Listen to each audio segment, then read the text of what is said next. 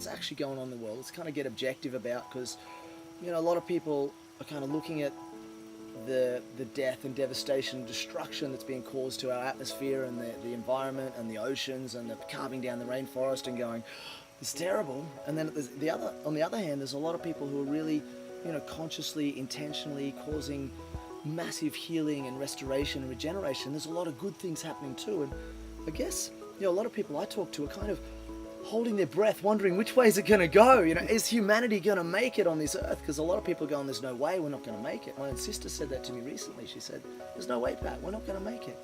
And of course, there's other people who, are committed to making sure we do make it. And so I'd love to get your thoughts on that. At the moment, we're going through the most extraordinary human metamorphosis, like we've never experienced ever before. Changes are leading to confusion and chaos and destabilization.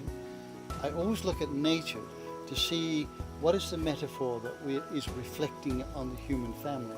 Okay, how do you mean? Well, the butterfly starts its life as a caterpillar, crawling along the ground, foraging,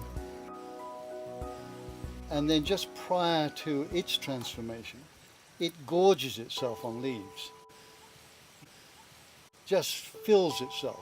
And the metaphor is that that's what humanity's been doing.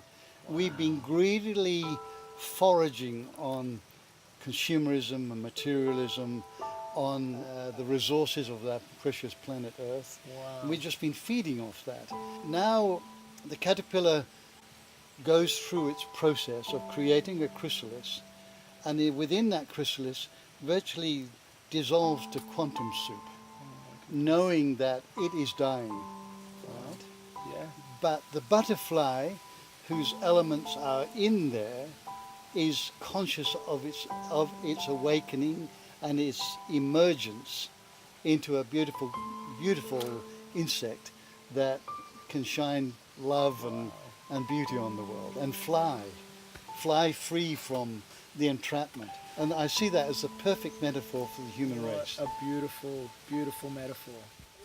We as a human race we're in the chrysalis. Some have already emerged. Sure. Some are still gorging themselves, and some are in the state of flux. Yep. And much of humanity is there now, believing that we're going to die. Yep. Perhaps your sister believes there's no hope for humanity. There's no hope for anybody, and only sees the death knell. But others in this chrysalis, other human beings, can see this has to happen. This dismantling of all of these elements that don't serve humanity. And look at them, our financial system.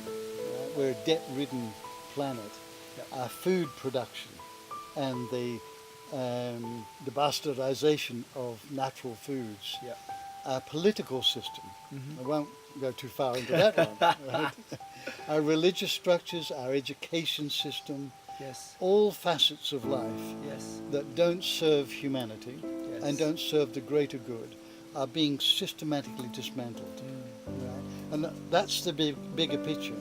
They have to be dismantled in order for something new, something better to emerge. Because the two can't coincide because they're diametrically opposed.